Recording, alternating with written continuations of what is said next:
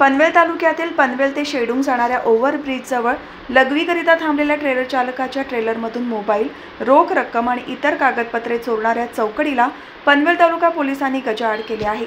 याबाबतची तक्रार ट्रेलर चालक विनोद बिंद याने पनवेल तालुका पोलीस ठाण्यात करताच वरिष्ठ पोलीस निरीक्षक गजानन घाडगे यांच्या मार्गदर्शनाखाली सह पोलीस निरीक्षक गिजे, पोलीस उपनिरीक्षक राजपूत, पोलीस हवालदार धुमाळ, तांडेल, म्हारसे, देवरे, कुदळे, बाबर, पोलीस शिपाई खताळ, भगत आदींच्या पथकाने तांत्रिक तपास आणि गुप्त बातमीदाराद्वारे अधिक माहिती घेतली असता सराईत गुन्हेगार अविनाश धारपवाड याची माहिती मिळाली। त्यानुसार त्याच्यासह त्याचा सहकारी राजकुमार वाघचौरे, दीपक वर्मा व अनिकेत नाईक या चौकडीला ताब्यात घेतले असता त्यांच्याकडून गुन्ह्यातील मुद्देमालासह 2 दुचाकी आणि 15 मोबाईल फोन असा मोठा ऐवज हस्तगत करण्यात आला आहे।